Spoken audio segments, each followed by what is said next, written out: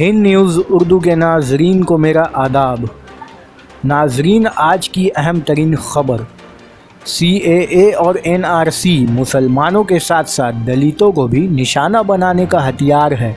Bhim army, NRC, CAA और NPR को लेकर जहां मुल्क भर में CAA के ख़िलाफ़ एहतजाज किया जा रहा है, वहीं अब दलितों की तंजीम भीम आर्मी ने भी खुलकर गुस्सा जाहिर करना शुरू कर दिया है।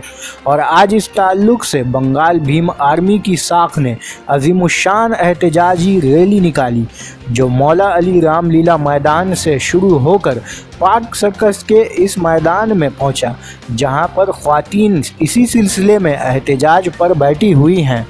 इस मौके पर भीम आर्मी कोलकाता के जनरल सेक्रेटरी ने एहतजाजी ख़वातीन को खिताब भी किया और हिंद न्यूज़ उर्दू से खुसूसी बात भी करी। मोदी हुकूमत मुल्क में कायम बाबा साहब अम्बेडकर के कानून में जो छेड़छाड़ कर रही है, इसका मकसद क्या है? इसका मकसद यही है कि हज़ारों साल पहले जो मनु संविधान यहाँ के तमाम दलितों के ऊपर और भी गैर हिंदुओं के ऊपर जिस तरह से गुलाम बना के रखा गया था, उसी का एक साजिश है। और ये कोई नई बात नहीं है। आज़ादी से पहले गोलवरकर सावरकर तो ये कह के ही गया कि फिर पहले जैसा मनु संविधान लागू होना चाहिए। अंबेडकर जी का संविधान को वो लोग कभी माना नहीं दिल से, जिसका कारण आप लोग देखे हैं कि कई बार वो लोग जंतर मंतर में आज का हमारे देश के संविधान को जलाया भी है। वजह सिर्फ इतना ही है कि एक तरफ हमारे बाबा साहब का संविधान एक खूबसूरत संविधान है, जो वर्ल्ड में सारे विश्व में जिनको लोग मानते हैं। आज उनके संविधान को, जिस संविधान के तहत इस देश के हम तमाम फिरके, तमाम लोग, तमाम धर्म के, गरीब अमीर, मजदूर मालिक, सब कोई बराबरी का ज़िंदगी जी रहे हैं। वोट का अधिकार हमारा बराबरी का वो दिए हुए हैं। आरक्षण को भी हमें जो बरसों से सताए हुए लोगों को आरक्षण दे के गए हैं। आज इन सारी बातों से ये मनुवाद चिढ़ रहा है, मनुवाद चाह रहा है कि ये अंबेडकर जी का संविधान ख़त्म हो और हमारा वही पहले वर्ण व्यवस्था वाली संविधान, जो कि ब्राह्मण, क्षत्रिय, वैश्य और शूद्र, जो इस देश के मूल निवासी को शूद्र बनाया गया और उनको गुलाम बना के रखा गया, ये लोग उसी का पुनरावृत्ति करना चाहते हैं। पार्लियामेंट में SC और ST कोटे के बहुत सारे MPs हैं, वो क्यों खामोश है दलितों को मिले रिजर्वेशन को RSS की जानिब से हटाने की बात पर? देखिए, आज जो सांसद है, आज 67 MPs है जो दलित है। आज वो अपनी ताकत से वो अगर इस्तीफा दे दे बीजेपी से, बीजेपी के पास 303 में से 67 दलित हमारे सांसद है। अगर ये 67 लोगों ने आज के आज अपना इस्तीफा दे दिया बीजेपी से, तो उनकी सरकार गिर जाएगी। लेकिन ये 67 लोग जो इस्तीफा नहीं दे रहे, वो गद्दार है देश के। ये बात मैं आपके माध्यम से उन 67 MP के बारे में कहना चाहता हूँ जो बीजेपी के साथ सटी हुई है।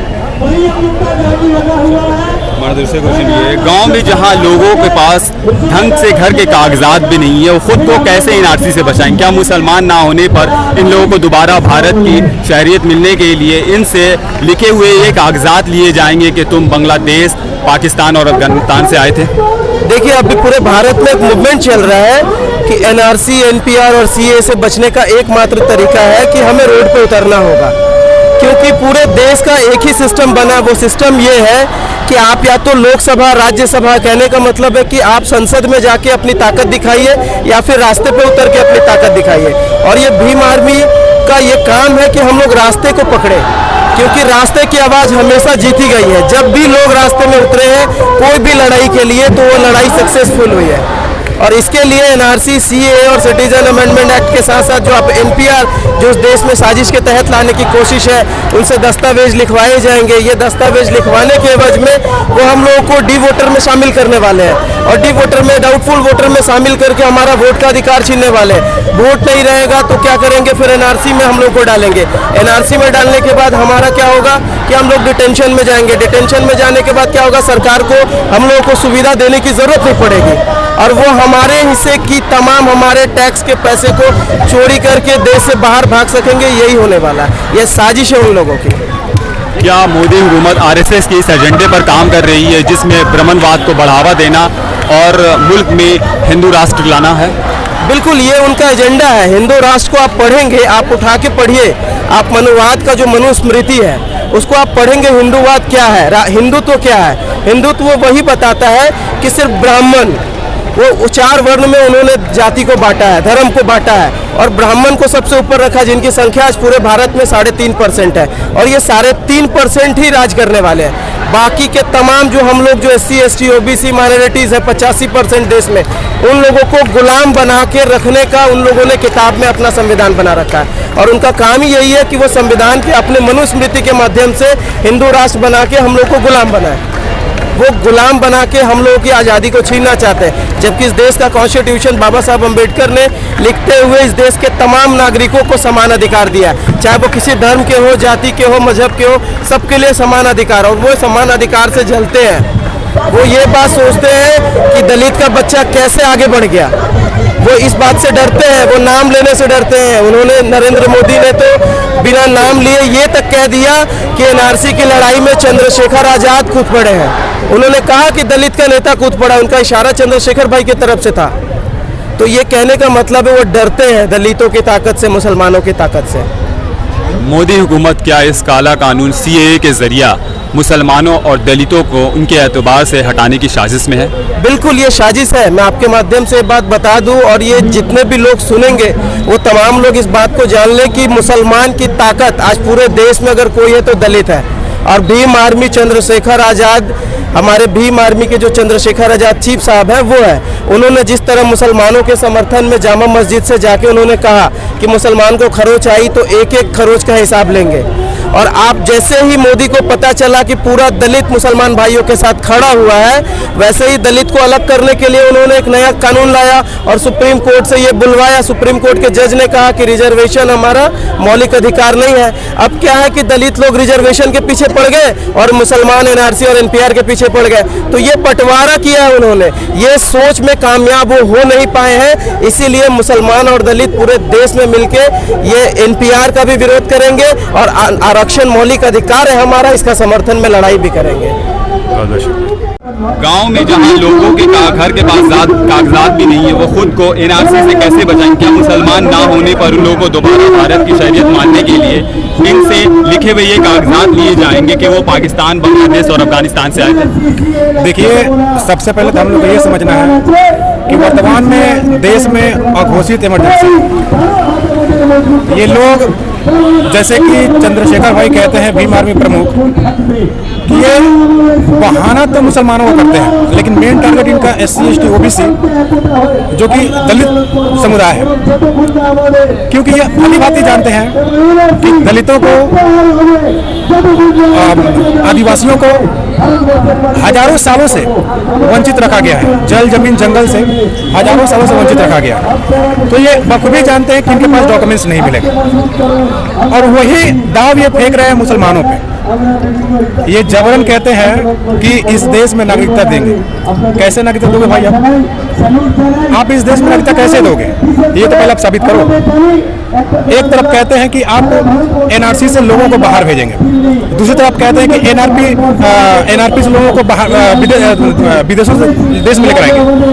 आप कहते हैं कि जो हमारे पड़ोसी मुल्क है, जो पड़ोसी देश है, उस देश में दलितों की स्थिति सही नहीं है। आप देख सकते हैं नेशनल मीडिया या फिर कोई भी अखबार उठाकर कि आए दिन दलितों के साथ अत्याचार अखबारों में आती रहती है।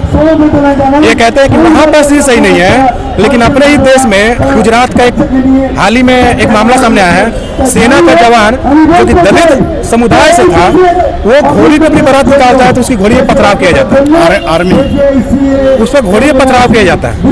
पूरे देश में आए दिन दलितों के साथ अत्याचार हो रहे हैं। बार बार तो ये कहते हैं कि भाई दूसरे मुल्कों में दलितों का परिस्थिति सही नहीं है, हमारे देश में क्या दलितों को घी पिलाया जा रहा है? ये लड़ाई संविधान और मनुवाद के बीच में, और संविधान को बचाने वाले इस देश के रास्ते पे उतरे हैं, इस देश के बचाने वाले लोग रास्ते पे उतरे हैं, और बखूबी इस देश का संविधान जीतेगा, भारत जीतेगा। पार्लियामेंट में एससी और सीए कोटे से बहुत सारे एमपीज हैं, वो क्यों खामोश हैं दलितों को मिले रिजर्वेशन को आरएसएस की जानिब से हटाने की बात पर? देखिए, इसको लेकर तो हम लोग भी काफ़ी दुखी रहते हैं कि बाबा साहब के दिए हुए पॉलिटिकल रिजर्वेशन की वजह से हमारे लोग चुनकर जाते हैं संसदों में, पार्लियामेंट में बैठते हैं, लेकिन जब बात होती है दलितों पर अत्याचार की तब उनका जुबान नहीं खुलता है। इस बात का मैं दुख रहता है कि जिन लोगों को बोलना चाहिए वो चुप रहते हैं और आम जनता वो बेचारे अपने काम काज छोड़कर, दलित अपने काम काज छोड़कर आज अपने हक और अधिकार के लिए रास्ते पे उतरे। इसके इस एजेंडे पर काम कर रही है जिसमें ब्राह्मणों को बढ़ावा देना और मुल्क में हिंदू राष्ट्र बनाना है। देखिए, जिस हिसाब से आरएसएस कभी काम कर रही है, और ये सिर्फ आरएसएस नहीं, जो ब्रिटिश जो करके गए थे डिवाइड एंड रूल पॉलिसी, आस्ते आस्ते ये वही चाल चल रही है।